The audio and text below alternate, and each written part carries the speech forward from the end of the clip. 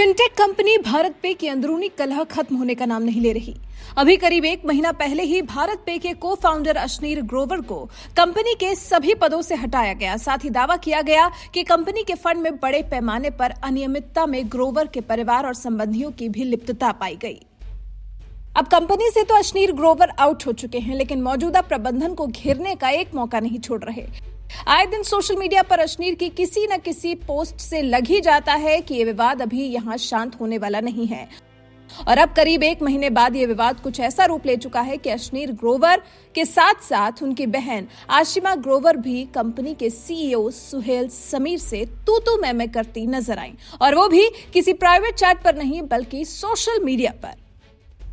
ये विवाद शुरू हुआ भारत पे के एक तथाकथित कर्मचारी की लिंक्डइन पोस्ट से। करण सर के नाम के एक लिंक्डइन यूजर ने, जो कि अपने आप को भारत पे में सीनियर एसोसिएट आईटी बताते हैं, ने कंपनी पर सैलरी न देने का आरोप लगाया। इसी पोस्ट पर भारत पे सीईओ सुहेल समीर और अशनीर ग्रोवर की बहन आशिमा ग्रोवर और यूजर्स के बीच में काफी नोकझोंक देखने को मिली।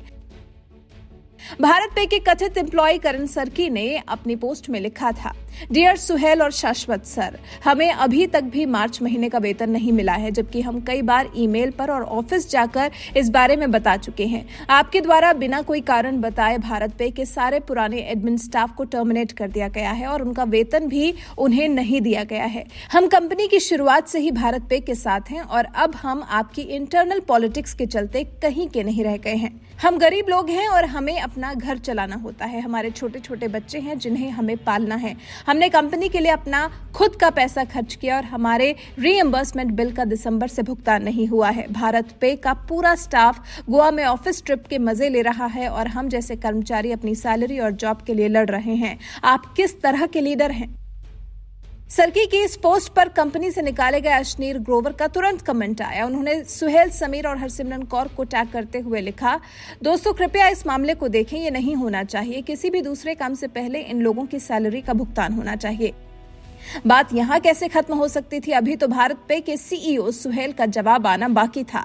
सुहेल ने करण की पोस्ट पर आशिमा ग्रोवर को टैग किया और लिखा, बहन तेरे भाई ने सारे पैसे चुरा लिए, स्टाफ को देने के लिए बहुत कम पैसे बचे हैं। इस पर आशिमा ने लिखा, सच में, पर आपके पास इंक्रीमेंट, बोनस, पार्टीज आदि के लिए तो पैसे बचे हुए हैं, और हाँ, पेड मीडिया को भी क्यों भूल जाए। ग्रोवर ने एक और कमेंट किया, हम सुहेल के कमेंट से आश्चर्यचकित नहीं हैं, ये ऐसा ही है। अब आप समझ सकते हैं कि कंपनी की स्थिति कैसी होगी और सुहेल वहां कैसा वर्क कल्चर बना रहे हैं। ये उनका असली व्यक्तित्व है। वहीं इस सब तू मैमे के बीच में अपने आप को भारत पे का एसोसिएट एडमिन बताने वाले एक यूजर धनंजय कुमार ने भी अपना वेतन नहीं मिलने की शिकायत की। इस पर सुहेल ने कमेंट किया, आप चिंता मत कीजिए, हमारी टीम काम कर रही है, शुक्रवार तक भी सैलरी नहीं मिले तो मुझे फोन कीजिएगा।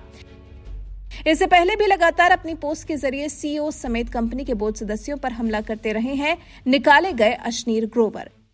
बोर्ड के चेयरमैन रजनीश कुमार और सीईओ सुहेल समीर पर अशनीर ने हमला बोला था। लिखा, मैंने अभी सुना कि भारत पे इंडिया रजनीश कुमार और सुहेल समीर के सक्षम नेतृत्व में पहली तिमाही में डी ग्रोथ और मैक्सिमम कैश बर्न के साथ बंद किया है।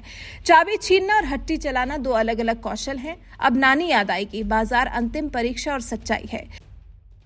दरअसल भारत पे ने अशनीर ग्रोवर की पत्नी माधुरी जैन को वित्तीय अनियमितताओं के आरोप में कंपनी से बर्खास्त किया था, जिसके बाद अशनीर ने भी इस्तीफा दे दिया। तो बाद में कंपनी ने उन्हें को फाउंडर समेत अन्य सभी पदों से हटा दिया था।